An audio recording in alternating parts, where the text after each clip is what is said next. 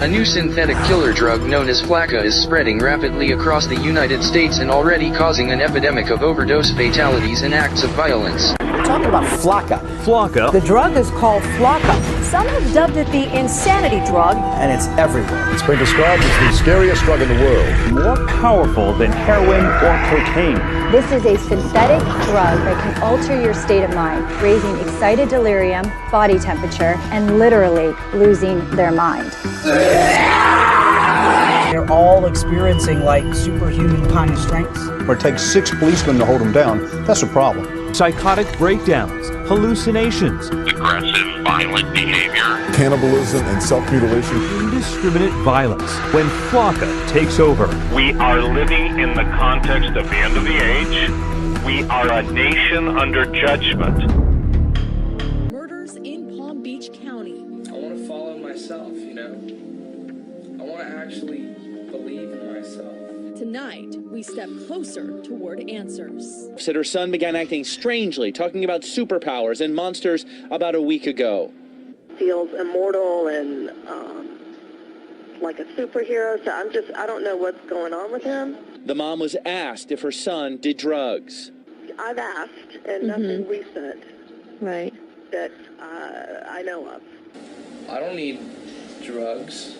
That's Austin Haroff in one of his YouTube videos. He's talking about steroids, something the aspiring bodybuilder did often. I don't do steroids.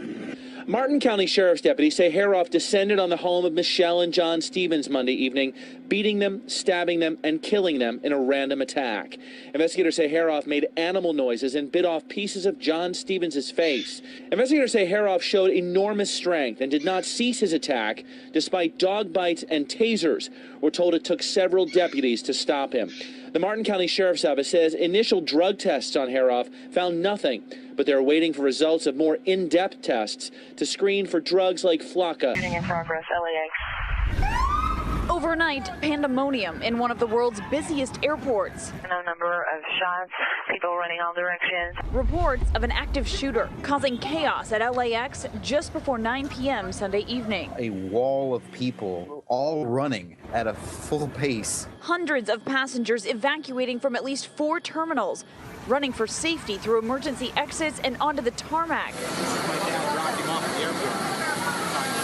Many more stampeding to baggage claim. All of a sudden there was a flood of people saying there was a shooter. I mean, everyone was in a huge panic. Planes grounded while authorities searched the airport. They came sprinting back, screaming, "Get down on the ground, stay on the ground." Everyone was very scared. Trying to identify a possible shooter. Police with guns drawn, passengers dropping to the ground. Detaining this man in a Zorro costume. LA ABC station KABC interviewing the man after he was released. He was so shaken he didn't want to show his face on camera. I get the police all around me, tell me, put your hands up, I'm not even thinking about what I was wearing. And then it searched me and found out that I had no weapons or anything on me. More than 300 wild reindeer were killed by lightning in central Norway. The Norwegian Environment Agency has released eerie images showing a jumble of reindeer carcasses scattered across a small area on a mountain plateau. The agency says 323 animals were killed, including 70 calves, in the lightning storm Friday. An agency spokesman told the Associated Press it's not uncommon for reindeer or other wildlife to be killed by lightning strikes, but this was an unusually deadly event. We have not heard about such numbers before, he said on Monday. Martin County deputies say a 19-year-old man hurled himself through the window of a stranger's home in Stewart. The sheriff's office says the teen was high on drugs. News Channel 5's Alex Hagan is live now with what happened. Alex?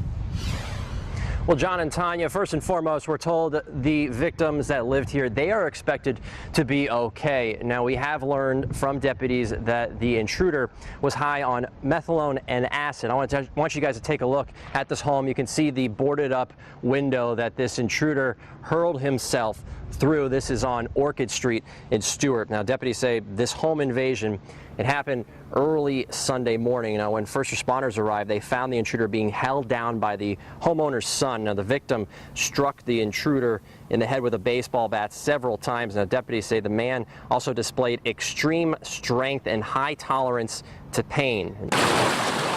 Clean up kit? Fuel, oil, kerosene everywhere. Total loss, I believe. The patch known as Breakneck was hit hard. He looked out the window. He went to heat something up in the microwave and seen the truck floating against the neighbor's fence. He looked out the back window and there was tires and cars and all kinds of debris floating everywhere. Homes along Breakneck Creek weren't just flooded. Cars were lifted as if they were weightless.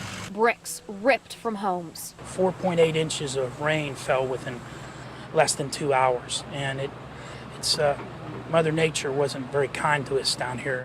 A woman is accused of killing her daughter with a crucifix.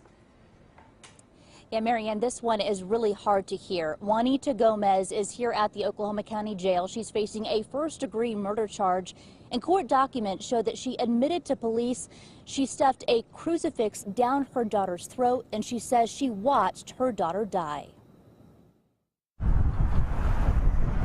A horrific ending to a mother-daughter relationship. It was very sad to hear what happened. A neighbor who didn't want to be identified, shocked hearing a murder happen just 2 doors down.